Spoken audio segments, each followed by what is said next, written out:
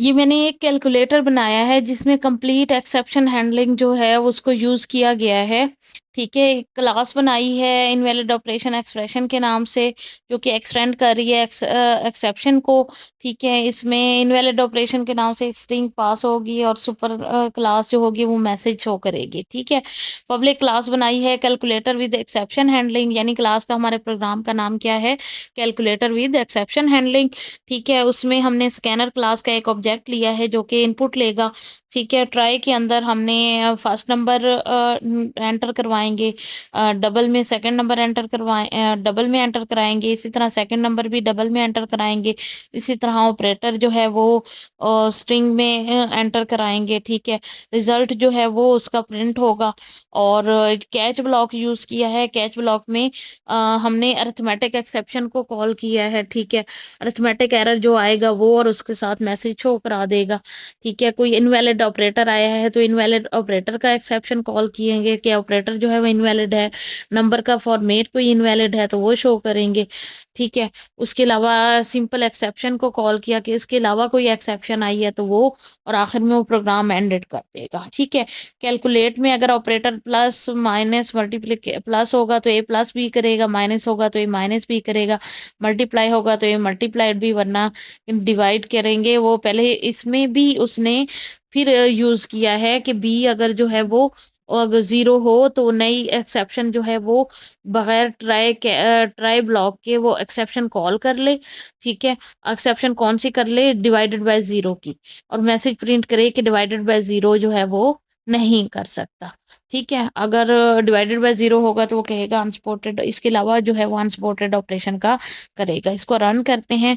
Run करते हैं, यहाँ पे उसने फर्स्ट नंबर पूछा, फॉर एग्जांपल मैं एंटर करती हूँ 65.0। ठीक है, दूसरा नंबर एंटर करती हूँ 0। ठीक है, और मैं ऑपरेशन एंटर करती हूँ डिवीजन वाला।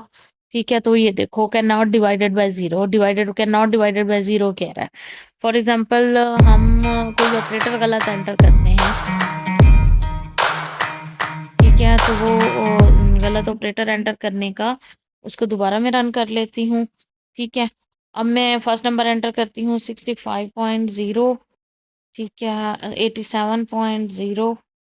ठीक, और ऑपरेटर फॉर एग्जांपल मैं एंटर करती हूँ @ तो वो यहाँ पे ये भी बता देगा आपने @ जो है वो गलत ऑपरेटर एंटर किया है। वरना अगर फॉर एग्जांपल हमने एक्सेप्शन हैंडलिंग को इस्तेमाल ना किया होता तो वो इस तरीके से वो आपको कभी भी गाइड ना कर सकता।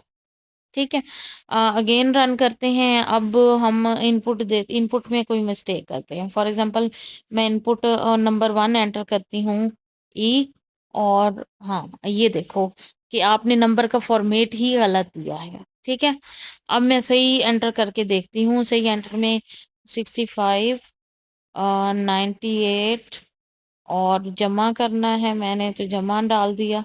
ठीक है, तो वो सही तरीके से जमा करके कैलकुलेटेड प्रोग्राम एंडेड। ये कैलकुलेटेड प्रोग्राम एंडेड जो है ये फाइनली ब्लॉक में दिया हुआ है, जो लाजमी हर सूरत में प्रिंट करेगा। ठीक है, ये आप देख सकते हैं। तो हाँ जी, ये है, ये फाइनली ब्लॉक में स्कैनर को क्लोज किया हुआ है, system.out.println में कैलकुलेटर प्रोग्राम जो है वो एंटर किया गया है। मैं दोनों एग्जांपल्स जो ये एग्जांपल्स और नोट्स जो हैं वो आप लोगों को शेयर कर देती हूँ, तो इसको आप देख के कर सकते हो कि कैलकुलेटर वाला जो जैसे मैंने बनाया है इसी तरीके से आप लोग अपने अपने प्रोजेक्ट जो है वो कोड जो है वो ट्राई कैच और एक्सेप्शन हैंडलिंग के थ्रू भी डालोगे, ताकि आपका प्रोग्राम में कोई मिस्टेक अगर आती भी है, कोई एरर कोई एक्सेप्शन अगर होती है तो आप उसको फौरन से डिटेक्ट कर सको, और कैच ब्लॉक जो है उसको कैच करके वो आपको बता सके कि किस तरह की एरर जो है वो आ रही है।